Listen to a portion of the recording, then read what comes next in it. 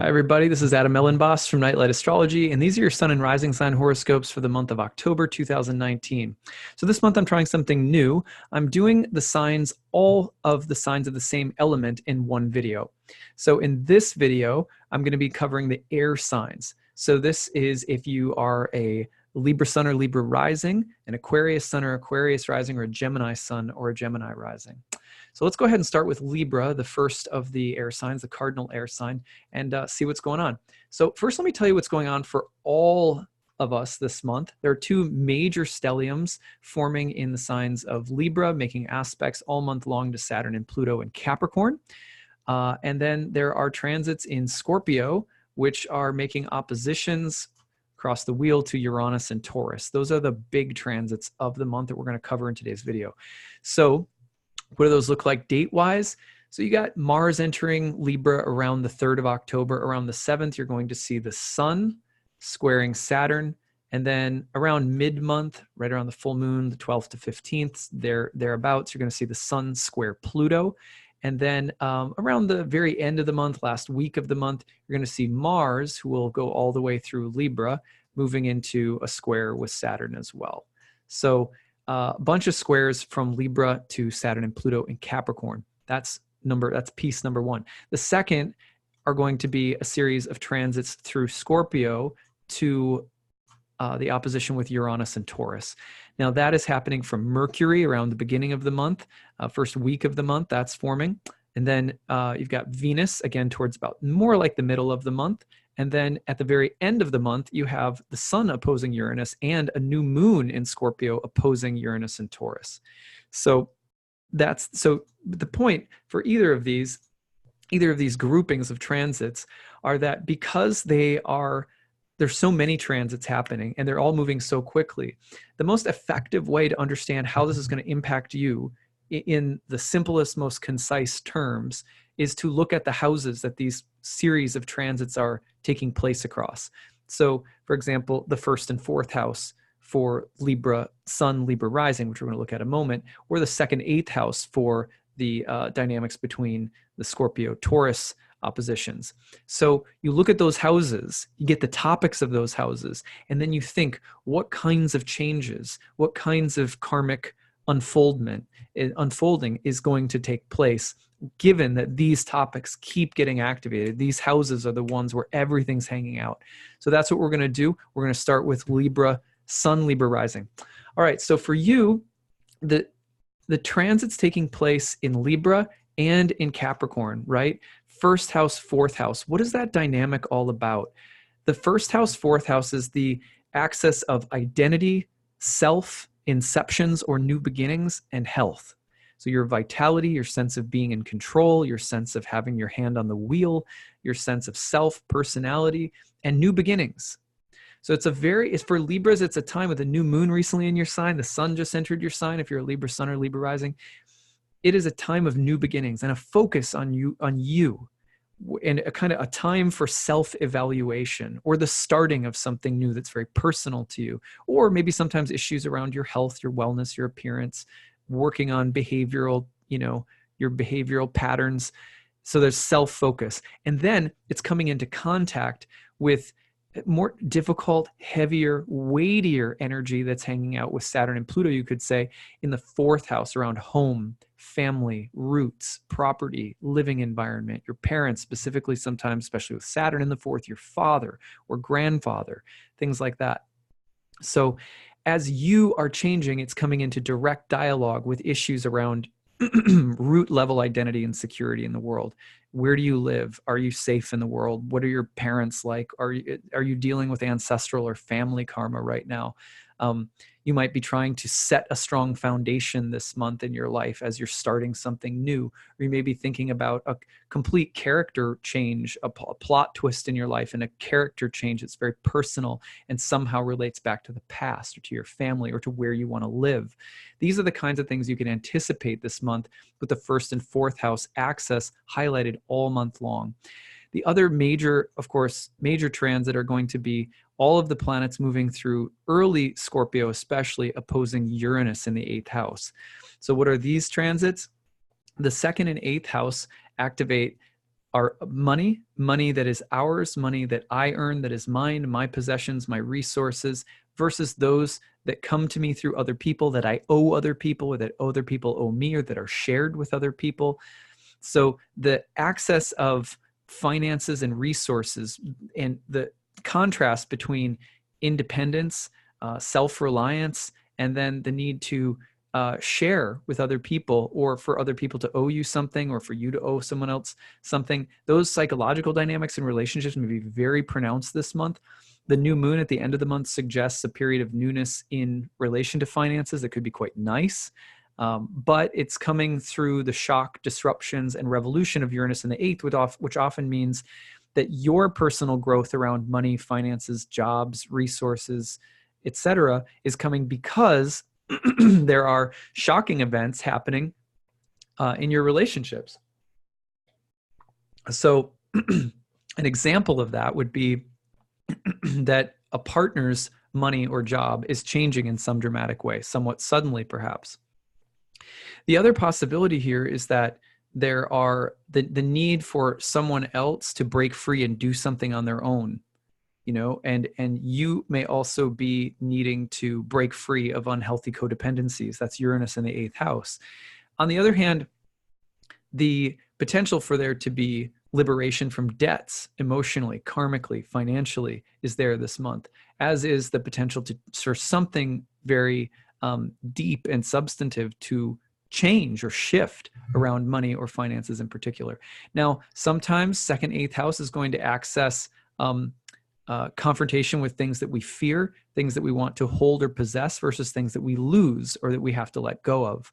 That's why the 8th house is sometimes related to death. So you also want to just be mindful this month about things that, it might be time to let go of something. And, Uranus sometimes brings that loss or that need to surrender rather abruptly. So if that happens, of course, the best thing to do is try to remain as accepting and open as you can, asking the question, like, how is this here to actually free me?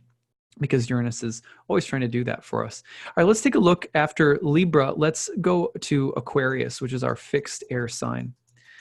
So Aquarius this month, where does the action fall? Well, for Aquarians, it's falling, the Libra Capricorn transits are falling across your 9th and 12th houses, while the Scorpio Taurus axis is lighting up across 10th and 4th houses. So let's talk about 9th and 12th first. 9th house, a place that's related to the law, to cosmic law, to karmic law, to the law of physics, to theology, mysticism, universities, foreign countries. It is a place where you're searching for meaning and truth, and it's a place that is also associated with travel to far off or distant places. So the 9th house emphasis there this month, a lot of planets in Libra, maybe emphasizing relationships, the life of the mind, beliefs, and the role that beliefs or spirituality plays in relationships, maybe learning something, taking classes, or maybe even some desire to travel or do business abroad or in some foreign location.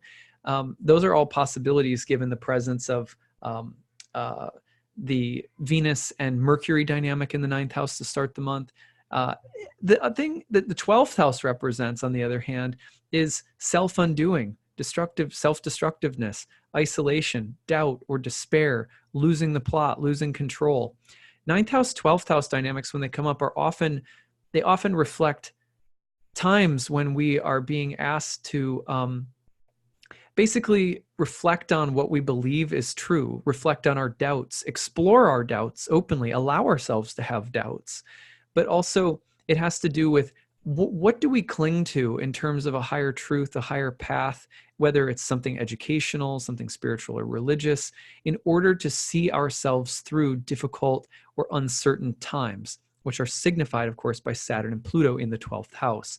So you may be going through this period of, internally, things could be pretty intense this month for Aquarians because of that Saturn-Pluto dynamic in the 12th house.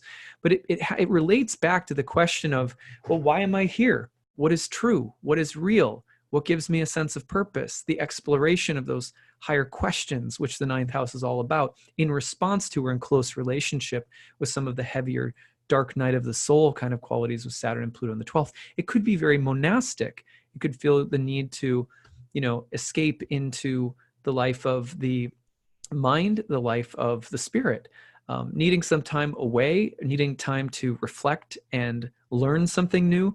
And also, this is the kind of, if you're traveling under this kind of transit, usually this is, these are deeper, a little heavier, weightier things that come up for reflection while you're traveling. Could be really interesting.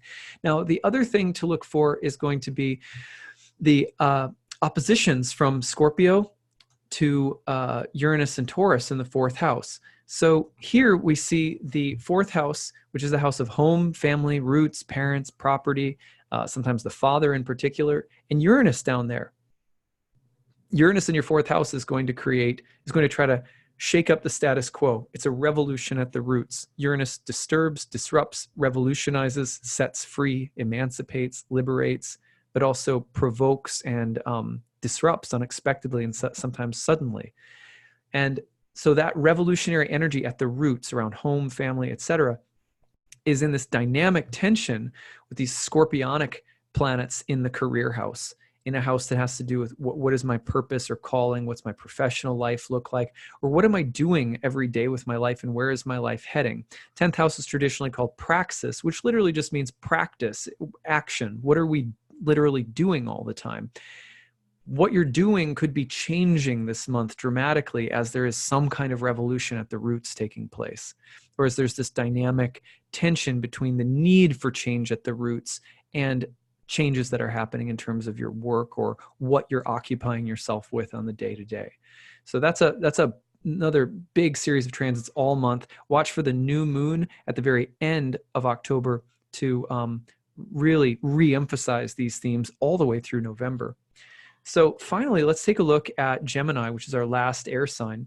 Now, Gemini is going to be facing the first part, the Libra Capricorn axis, across the 5th and the 8th houses, whereas the Scorpio dynamic and Taurus dynamic is happening across your 6th and your 12th houses. So what does that do together?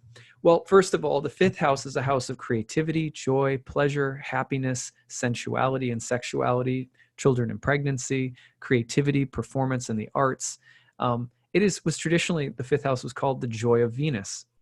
And so with a lot of emphasis on the 5th house right now, it's a creative moment. It's about your creativity, your creative life, or it's about the seeking of pleasure, romance, joy, happiness. It's about good fortune pouring in, right? So that's the 5th house, the house of good fortune, the joy of Venus. But it is moving, all of these planets in Libra are moving through squares to Saturn and Pluto in Capricorn in the 8th house, which is heavier, has a feeling of being much more consequential, intense. There is a feeling of meeting with fate. And this is in the house of debts and obligations to others, emotionally, karmically, financially, things that people owe us or things that we owe to other people. So when you're looking at that, it's like, okay, well, there looks like there's a lot of emphasis on creativity, joy, even maybe romance or pleasure in the 5th house. But there's also this feeling of a heavier karmic bills, consequences, debts, things that you are entangled in with other people. That means this is the love affair that is more consequential than you think it will be. This is the creative focus that's getting blocked by something that's heavy, something we feel we have to compromise or that we owe somebody else. This is also in the 5th house, the hedonistic expression, right, of the 5th house. Eat, drink, and be merry, for tomorrow you will die, and the karmic bill that comes along with that. So those are the kinds of things to watch for this month, throughout the month. You could also, if you're making something, if you're creating something, again, it's not necessarily it has to be negative. It's just, it's consequential. It's deep. It's transformative. You're not going to get away from this without it being on some level a little sobering. That's the Saturn Pluto in the 8th.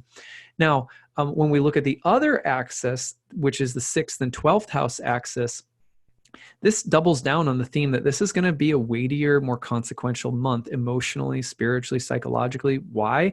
All of these planets moving through Scorpio at the beginning of the month opposing Uranus and Taurus in the 12th house. Uranus and Taurus in the 12th house is like that disruption that comes into your life unexpectedly that completely reroutes your life in ways that you just couldn't have anticipated or expected. Sometimes it's due to self-destructiveness or rebelliousness. Sometimes it is due to unexpected, difficult things happening. But that's Uranus in the 12th. Meanwhile, the Scorpio energy in the 6th is trying to figure out how to work through and deal with the unexpected psychological and spiritual turns that come in our life, especially those that are more challenging or difficult. So we're like, this is a good time, for example, to get sober. If you're a Gemini and like Gemini Sun or Gemini Rising, 5th house, 8th house dynamic, whatever you do for fun, whatever's over the top in terms of seeking pleasure, joy, thrills, fun, it's going to get weightier soon. This is maybe a gut check month to like, you know, get a little bit sober in the sense of not doing anything in the name of fun or taking something lightly that's actually starting to have a more serious consequence. So that's a big message maybe that's there. On the other hand, you can also see that, you know, this is a transitional state emotionally, spiritually, mentally, psychologically, even if it's good, deeper, more consequential, committing you more deeply to something, you're going to feel it and you're going to be processing it. For example, sometimes you've been dating someone, it's been fun. It's time to say that it can't get more serious than this. It's a good thing. It's going to liberate you, but it's hard to deal with. So anything like that this month where there's a difficult emotional transitional state, maybe it's a little bit of some disruptions that come in with Uranus in the 12th. This especially will last all the way through November, again, as the new moon will activate that Uranus opposition to Uranus, I should say, across the 6th and 12th house axis at the end of the month. So you want to watch for that. All right, so that's what I've got for you, all of you air signs. I hope that this was informative and interesting. Please leave your comments in the comment section below. I'd love to hear from you guys, hear your stories, hear how things go as all of my air sign friends out there go through the month of October. Okay, thanks and see you again soon.